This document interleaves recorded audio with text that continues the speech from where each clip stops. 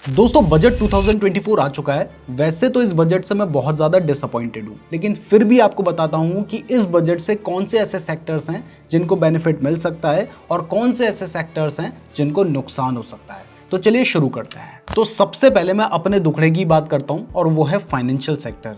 इस सेक्टर के साथ बहुत ज़्यादा नाइंसाफ़ी हुई है, क्योंकि जो long term capital gain tax शुरुआत में तो 0% था, फिर उसको बढ़ाकर 10% किया गया था, लेकिन आज उसको बढ़ाकर 12.5% कर दिया गया है। एक तरफ तो कहा जाता है कि आप स्टॉक मार्केट में लॉन्ग टर्म के लिए इन्वेस्टिंग करो, इक्विटी में इन्वेस्टमेंट आनी चाहिए, लेकिन दूसरी तरफ जब हम लोग इन्वेस्टमेंट कर रहे हैं तो वहाँ पर अगर हम 1 साल से ज़्यादा उस इन्वेस्टमेंट को रखते हैं, जो कि लॉन्ग टर्म कैपिटल गेन होता है, उसके ऊपर जो टैक्स पहले 10% था उसको बढ़ाकर 12.5% कर दिया है।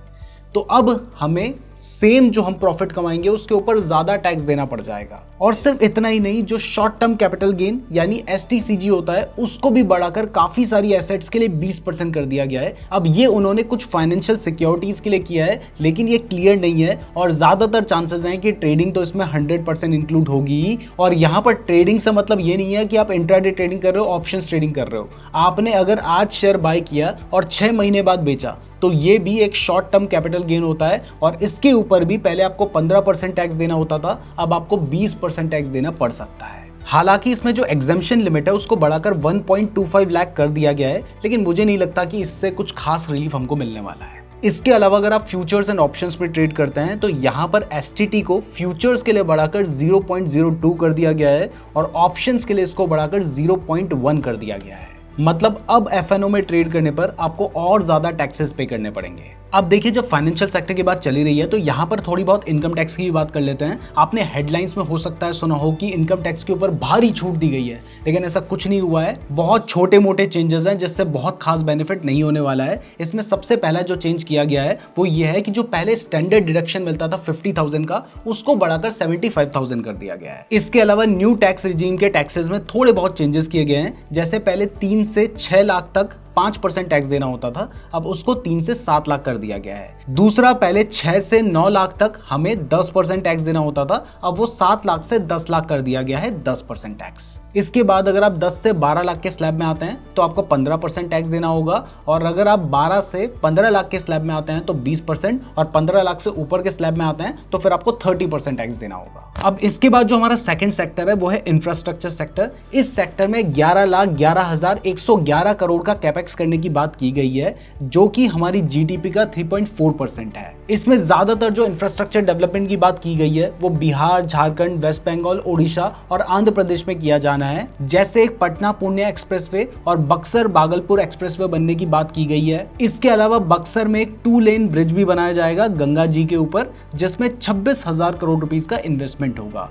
अब ये जो इन्वेस्टमेंट हो रही है इंफ्रास्ट्रक्चर सेक्टर में, इससे डायरेक्ट बेनिफिट मिलेगा सीमेंट सेक्टर को और साथ साथ स्टील सेक्टर को। इसके अलावा PM आवास योजना में 3 करोड़ एडिशनल घर बनाए जाएंगे, 2.66 lakh crore rupees rural development में खर्च किए जाएंगे, और अर्बन इंडिया में भी 1 करोड़ घर बनाए जाएंगे, जो कि सीमेंट एंड स्टील स्टॉक्स के लिए अच्छा है। इसके अलावा फेरोक्रोम निकल, जो कि स्टेनलेस स्टील बनाने के लिए एक बहुत ही इंपॉर्टेंट रॉ मटेरियल है, उसमें इंपोर्ट ड्यूटी को रिड्यूस किया जाएगा। ये भी स्टील स्टॉक्स के लिए अच्छा है। अब इसके बाद जो नेक्स्ट बेनिफिट होगा वो हमारे अकॉर्डिंग होगा बैटरी सेक्टर को, क्योंकि फाइनेंस मिनिस्टर ने लिथियम एंड कॉपर जैसे जो मिनरल्स हैं इनके ऊपर जो इंपोर्ट ड्यूटी है उसको फुली एग्जेम्प्ट करने का प्रपोजल दिया है। अब आपको पता है कि लिथियम के तो नाम से ही लिथियम आयन बैटरीज आती हैं। इसके अलावा कॉपर का यूज भी बैटरी बनाने में किया जाता है, तो इससे जो बैटरी मैन्युफैक्चरिंग कंपनीज हैं उनको बहुत बेनिफिट हो सकता है। नेक्स्ट, हर बार की तरह एग्रीकल्चर एंड फर्टिलाइजर कंपनीज को भी बेनिफिट होगा,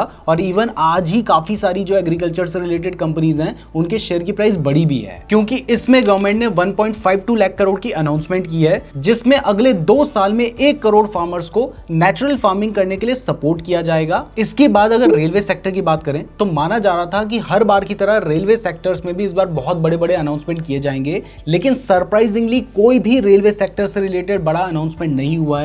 तो जो हमारे इंटरिम बजट में बहुत सारे अनाउंसमेंट्स हुए थे रेलवे सेक्टर से रिलेटेड, जैसे इंटरिम बजट में रेलवे सेक्टर पर 2.52 लाख करोड़ का सबसे बड़ा अलोकेशन किया गया था। इसके अलावा इंटरिम बजट में वंदे भारत से रिलेटेड भी बहुत सारे अनाउंसमेंट हुए थे, तो वही आगे भी फॉलो होते रहेंगे। इसके बाद अगर रिन्यूएबल एनर्जी सेक्टर की बात करें तो पीएम सूर्य घर मुफ्त बिजली योजना जो चल रही है, जिसमें 1 करोड़ घरों के ऊपर सोलर रूफटॉप प्लांट लगाए जाने हैं, जिससे हर महीने उन्हें 300 यूनिट्स बिजली फ्री मिल सकती है। इस स्कीम के बारे में कहा गया है कि इसमें 1.28 करोड़ रजिस्ट्रेशन हो चुके हैं और 14 लाख एप्लीकेशन फाइल्ड हो चुकी हैं। दूसरा, एक नई पॉलिसी इंट्रोड्यूस की जाएगी पम्प्ड स्टोरेज प्रोजेक्ट्स को प्रमोट करने के लिए, इलेक्ट्रिसिटी स्टोरेज के लिए, जिससे रिन्यूएबल एनर्जी का जो शेयर है वो बढ़ेगा। तो ये सभी अनाउंसमेंट हुए हैं रिन्यूएबल एनर्जी से रिलेटेड। अब अगर ओवरऑल बात करूं तो इस बजट में कुछ खास अनाउंसमेंट्स नहीं हुए हैं, बहुत सारे नेगेटिव अनाउंसमेंट हुए जो कि मैं आपको शुरू में बता ही चुका हूं, जिनसे मैं बहुत ज्यादा डिसअपॉइंटेड भी हूं। और अगर स्टॉक मार्केट की बात करें तो सुबह मार्केट लगभग 24,500 के आसपास था और उसके बाद मार्केट एक टाइम पर 24,000 तक चला गया था, फिर वापस से मार्केट रिकवर होकर 24,450 के आसपास आ गया है। तो मार्केट तो पूरा बेशर्म हो चुका है, लेकिन हमें बहुत सारे फर्क लॉन्ग टर्म में पड़ सकते हैं जो भी फाइनेंस सेक्टर में चेंजेस किए गए हैं उससे। मैं उम्मीद करता हूं आपको वीडियो पसंद आई होगी। वीडियो पसंद आई है तो वीडियो को लाइक और चैनल को सब्सक्राइब करने के साथ साथ इस वीडियो को शेयर जरूर कर दीजिएगा। धन्यवाद।